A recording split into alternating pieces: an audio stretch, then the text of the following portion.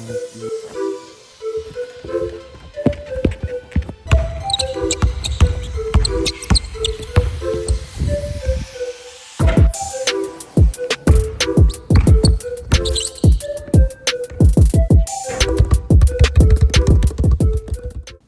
up everybody, welcome back to another video. Today I'm going to give you my thoughts as a professional player on the 361 degrees Joker 2 GT. I really liked the regular Joker 2 that you can see here in the background behind me already, but these just take it to a whole nother level. I got a pair first that was not in my true size, and now I finally got them in my true size and they are absolutely amazing. So let's get straight into it and start with the traction performance.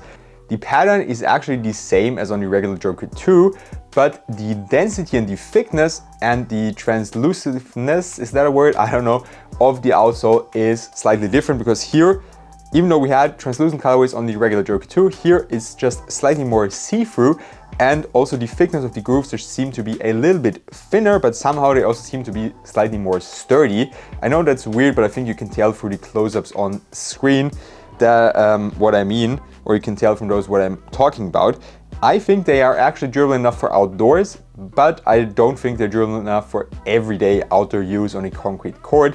If you use them from time to time outdoors, they're totally fine, but I think that excessive use on concrete courts especially is going to let that pattern wear down kind of more quickly than even on the regular Joker 2 with a fully solid rubber outsole or some other really durable shoes. If you're interested in that, make sure to check out my best for outdoors or best for summer 2026 videos. The bite itself on an indoor court is 10 out of 10, straight up amazing. Didn't have any issues with dust pickup, didn't have issues with the different types of courts I tried them on. So really one hell of a traction setup and one of the best gripping basketball shoes I've ever tried. They also have a pretty loud squeak. Of course, that's not important for performance, but if you're into that sort of thing, here's a clip of them squeaking. The cushioning setup is amazing as well. You can't really see that well on this side, on the lateral side, but on the medial side of the shoe, it's an exposed area here in the middle. The weird thing is that you can't see compression as well, but it's definitely there. So once you put the shoe on, you really feel that you have a very bouncy and well protected shoe underneath your foot. For the names of the cushioning setup, I also actually got to take out my phone here, because 361 has kind of difficult names for the cushioning. I can't seem to remember them. It says they're powered by a dual midsole system combining CQT Extreme and Quick-Lite technology. And the first one is a CO2 supercritical foam, and the second one is their regular cushioning setup that they use more often in their basketball shoes. And they say this increases propulsion by 16%, my bad, which is a very interesting thing to point out, or a very interesting stat to put in there, but it definitely makes sense. They feel way more bouncy, and I feel like I get more energy out of this shoe than I get out of the regular Joker 2s. Of course, the retail price is significantly higher, 200 euros for these, around 150 for the regular Joker 2s. You can save on both pairs by using my discount code Lucas with a second S, or just by using the discount link in the description box down below. Really appreciate if you want to cop them, if you do that through that link, as it directly supports me and my content. But as I said, the cushioning setup is straight up amazing as well. I really like this shoe, and if I had to compare them to a shoe, I think it would be somewhere near to the Wave 12, because they do feel very similar. And I got a lot of questions under my shoe rotation video last week, where I said that those two pairs are definitely my two favorite shoes right now, and in my opinion, the two best basketball shoes of 2026 so far. And I'm pretty sure they're going to stay there until the end of the year. So if you want to see a comparison video, I got a lot of questions which one is better. I can't answer that easily, and I thought for myself, maybe I want to do a comparison video, so I actually have to come to a decision, because right now I'd say they're like really head to head. Both pairs straight up amazing. So if you want that comparison video, just let me know down in the comment section below. Also make sure to subscribe to my channel, and of course leave a like on this video if you like it. Now for the next category, which is going to be support, they're also straight up amazing. The Joker 2, the regular one, was already a pretty supportive basketball shoe, and these kind of feel even more supportive, even though the materials are very soft, they hug around your foot. It's a very comfortable ride overall. I love the lacing system as well. It's not that adaptive lacing system anymore that we had on the regular Joker 2s, but it still does a great job. We still have those kind of fluffy laces, but they also come with regular laces if you prefer that. I actually like those because they don't cut into your feet as much, even if you lace them really, really tightly. There's enough padding on the tongue so that you can actually lace them down very tightly. And the highlight for sure is the carbon fiber plate we have in the midfoot area. Adds great torsional support, also helps with propulsion and a little bit more energy return out of the shoe. And here you can see if I try to flex them, I'm sorry, the camera is not really focusing right now as well, so the lighting is kind of off. But here, if I try to flex them, the forefoot flexes. What's also very interesting with this shoe is actually the sounds they make. Just quick close up to the microphone. And this is also kind of how it feels to play in them, a very bouncy, rubbery setup from the cushioning standpoint. So just maybe that gives you a little bit of a better feel if you don't have a pair yourselves yet.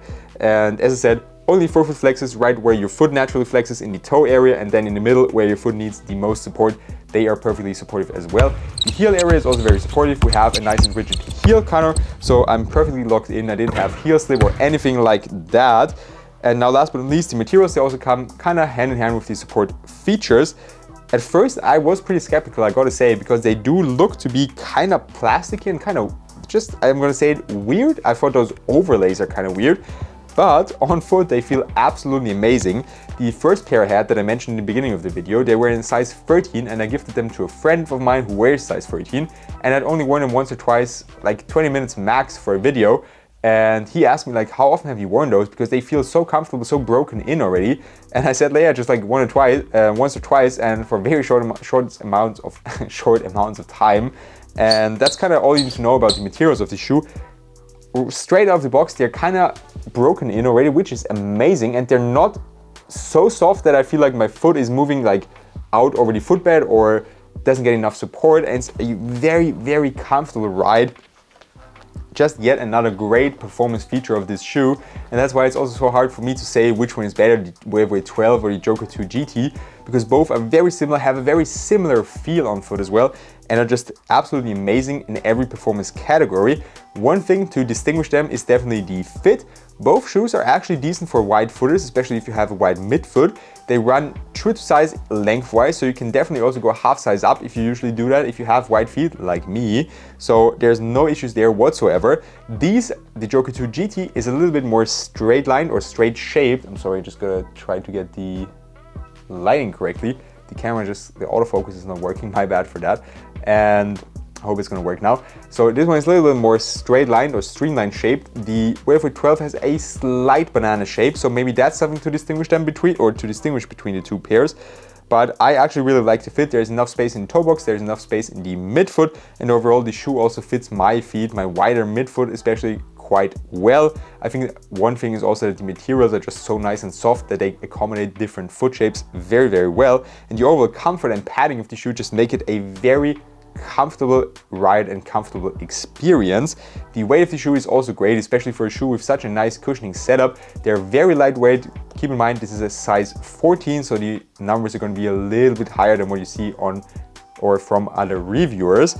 And now for the last part of the video, where would I rank them on my 0 to book 1 scale, or I actually made it 0 to book 1 / weight 12 scale. They're right there with my two all-time favorite basketball shoes. I actually got to change the name of the scale to 0 to book 1 / weight 12 / Joker 1 GT, Joker 2 GT, but that's actually just kind of a long name. And if you're interested in a comparison between the Joker 1 GT and the Joker 2 GT, I gotta work in the pronunciation, just let me know down below as well in the comment section. I hope you enjoyed the video. If there's any points I didn't talk about, if there's anything else you want to know about the Joker 2 GT, just let me know in the comment section down below. I think I'm going to end the video because the lighting and the camera is just not working right now. Don't forget to subscribe to my channel, leave a like as I said, and comment your thoughts. Have a good one and see you next time.